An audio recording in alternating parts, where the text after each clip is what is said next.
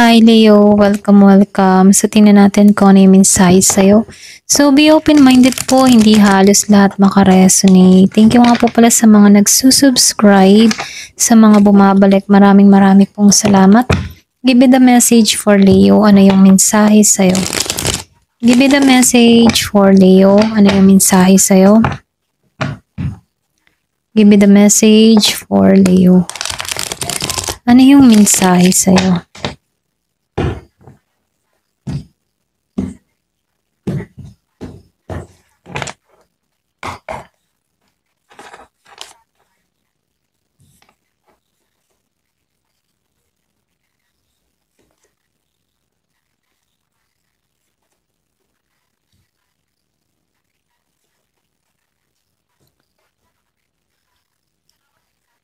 So dito nakikitaan ko dito yung biyaya, yung tagumpay naghihintay na sa'yo. Ayan, kung hindi mo pa to na napanghahawakan meron ditong positibong parating sa buhay mo. Meron akong nakikitang magiging maayos ang lahat, magiging balanse ang lahat.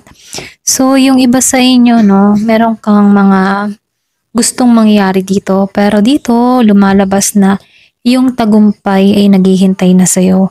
Meron kang mga kahilingan dito, ito lang yung mensahe So mag-focus ka sa mga goals, sa mga pangarap mo. Kung ito yung gusto mong makamit, kailangan mo tong trabahuhin at kailangan mo to na pagpukusan.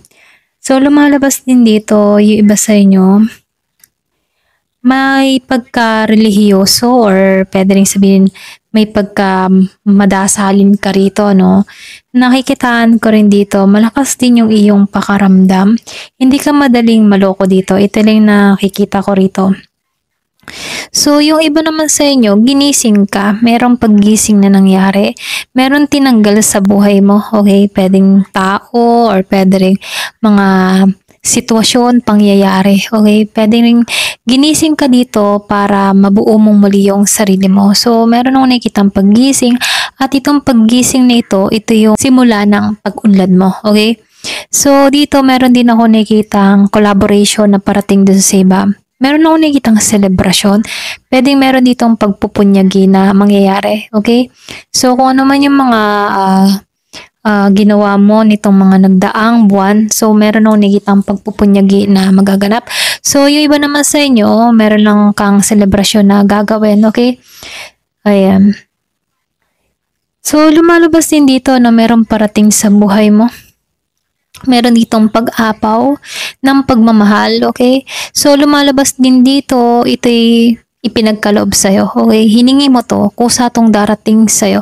So, meron ditong divine timing or divine purpose para sa taong ito kung bakit ito makikilala mo, okay? Meron akong nakikitang Scorpio, Cancer, or Pisces na darating sa buhay mo. Ayan. Yung iba sa inyo, hindi ka madaling sumuko, Andun yung pag-asa mo, andun yung kagustuhan mo sa renewal, sa pagbabago. Yung iba sa inyo nakikita ko dito, merong kang sinisimulan, okay? Merong, kumaga, andito ka sa moment ng fresh start, okay? Ayan, pwedeng ikaw ay merong panibagong motivation or panibagong inspirasyon na gusto mong subukan, ayan.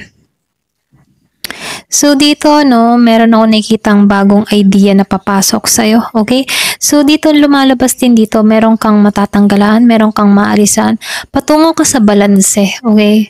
So yung iba sa inyo, kung humahanap ka ng hustisya, kung meron mga taong nagbigay ng pasakit sa'yo, meron ka ditong makakamit na justice. Kumbaga, si universe na yung kikilos sa buhay mo, okay? Ayan, pagdating naman sa kapirahan mo, nakikitaan ko dito, yung iba sa inyo bagong simula pa lang, pwedeng bagong trabaho pa lang to, kaya dito andito yung pagnanais mo sa pag-iipon, okay?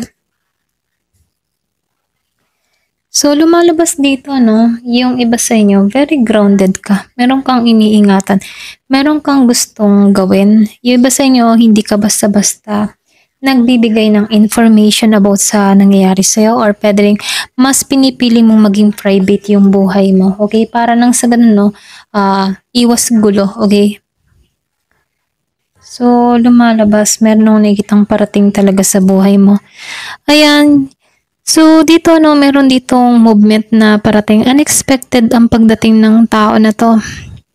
Kilala mo na to, ito na yung nakikita ko. Meron ditong nais ng pagbabago, renewal sa'yo. Kaya lang andun yung paggising or pwede rin sabihin na meron kang panghusga dito. So, yung iba sa inyo, nafe-feel ko dito na ikaw yung tipo ng tao na medyo ano ka, maingat, okay? Ganon. Ganon yung nafe-feel ko sa'yo. So, dito, lumalabas din dito. Kaya ka grounded dito, no? Dahil meron ditong nasaktan, okay? Yung iba sa inyo, no? Kaya lang dito, mayroong paggising na ginagawa, okay? Merong paggising or pwede rin calling to sa'yo na ito na yung time sa pagbabago, ito na yung time para kalimutan na yung mga nangyari sa nakaraan. Ay, meron din ako nakikitang Leo dito. Pwedeng meron kang ex-lover na Leo or pwede rin new person to nagpapahiwatig dito, no? So, dito, lumalabas dito, wala kang idea, wala kang, yung para bang tipo na, wala kang idea na bigla tong magpaparamdam, magpapakita sa'yo, yung iba sa inyo. Magugulat ka na lamang kasi sa habang panahon na hindi ito nagparamdam, bigla na lang itong magme-message sa'yo, okay? Ayan. So, tingnan pa natin, ano. Give me the message.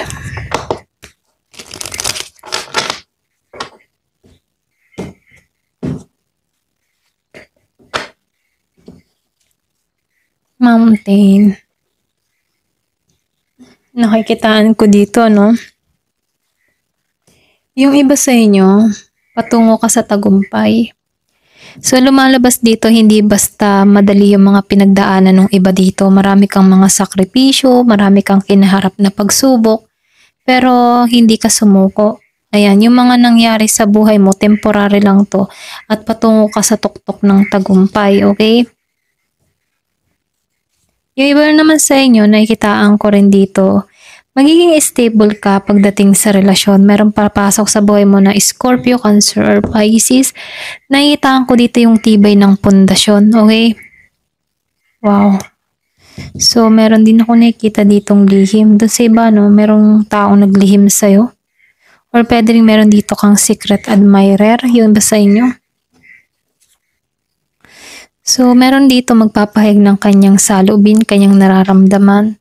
So, dito, no, nakikitaan ko dito, attraction. Merong na-attract sa'yo. Merong gusto kang kilalanin. Andun yung pagnanais ng tao na to. Kumbaga, siya yung tipo ng tao na meron siyang nakikita sa'yo na something nakakaiba kung bakit attracted tong tao na to. Pwedeng sa mata mo. Merong something sa'yo. Ayan. So, dito, ano lumalabas? Meron ditong letter. Kumbaga, sa hindi agad to harapan, ano. Pwedeng magparamdam to through letter or sulat, email, text, ganyan. Meron kang life purpose. Yung iba sa inyo, no? Meron kang life purpose. Ayan, kumbaga meron kang big heart dito, no? So, kung ano man yung mga nangyari sa buhay mo, meron yung life purpose. Meron akong nakikita dito na pwedeng may share mo yung mga experience mo sa buhay mo, no? Para magkaroon ng encourage dun sa iba. Ayan. So, meron ditong worthiness. Kasi dito, nakikitaan ko dito. Alam mo yung halaga mo. Okay? Alam mo yung pagpoprotekta sa sarili mo. So, dito, naniniwala ka sa reflection. Okay? Kung ano man yung pinakikita, yun yung nagre-reflect sa pagkatao mo. Ganon. So, nakikita ko dito meron 35 years old, 32, 29, 27. Meron ding 21. Kumbaga, yung iba sa inyo, pwedeng bata ka pa lang pero matured ka na mag-isip. Ganyan. Iba yung iyong kaisipan. So, dito connection. Talagang connection yung parating. Okay? So, meron dito, kung makikita mo dito, no? Merong letter na parating. So, na-receive mo na yung letter dito. Ayan. So, nakikitaan ko dito, merong mahilig sa musika. Okay? Feeling in love. Masaya lang yung kanyang, masaya lang yung ganyan. in love. So, creativity. So, ito din yung mga katulong sa'yo para yung bang tipong hindi tutulungan ka nito, susuportahan ka nito, mga ganun lalo sa mga ideas, creativity mo, sa mga gagawin mo. Hindi siya kontra bida sa buhay mo, bagkus siya yung tutulong pa sa'yo para mas lalo kang lumago. Ganun yung pandali ng tao na to, okay? Ayan. Kumbaga nakikitaan ko dito pag-asa, transformation, paglalakbay. Pwedeng maglakbay kayong dalawa nito. Kung siya yung tipo ng tao na mahilig mag-travel, isasama ka nito. Ganyan. Sa travel. Meron pinanganak nung 19, 6, 7, 27, 21, 5. Ayan. At 29. Forgiveness. Meron po hihingi ng tawad dun sa iba. Okay, meron ka bang inaasahang taong hihingi ng tawad sa'yo? Nakikita ko dito, malayo kayo sa bawat isa. Meron ditong pwedeng nasa ibang bansa. Meron ditong nais ng kapatawaran mo. Or pwedeng ikaw, meron kang gustong hinga ng kapatawaran. So, meron ditong stripping illusion, no? So, maging klaro ka sa kaisipan mo, no? Huwag ka yung matibong huwag ka mag-isip ng mga kung ano-ano. Ayan. So, merong struggle. So, yung sinabi ko nga kanina dito, huwag ka mag-isip ng kung ano, no? Kasi, pwedeng ito yung maging stress mo, no? So, merong struggle dito. Pero ganun pa man, kahit may mga struggle na dumarating sa buhay mo or problema, no? Nakikita ko dito na palaban ka pa rin kasi kahit gaano pa yung daloy dito, no? Lumalaban ka pa rin at lumalaban para makasulong, para sumulong dito. Kung makikita mo naman dito yung isda. Yung tubig pababa, pero siya'y umakit pa rin, okay? Hindi ka madaling panghinaan ng loob. Ikaw yung tipo ng tao na palaban talaga. So, new day. Kasi alam mo sa sarili mo na meron panibagong araw, okay? Kumbaga kung ano man yung nangyari sa nakaraan, alam mo meron pang next day, new day na parating na hindi tulad nung nakaraan, okay? So, ganun lang yung mindset mo dito. Para bang, halimbawa, ngayon, bukas ibang araw naman, ibang mangyayari naman. Naniniwala ka na meron pang magandang maghihintay sa susunod pang mga araw at sa susunod pang mga araw. Ganon, okay? Ayan, ito lang nakikita ko. Thank you for watching. Love and peace.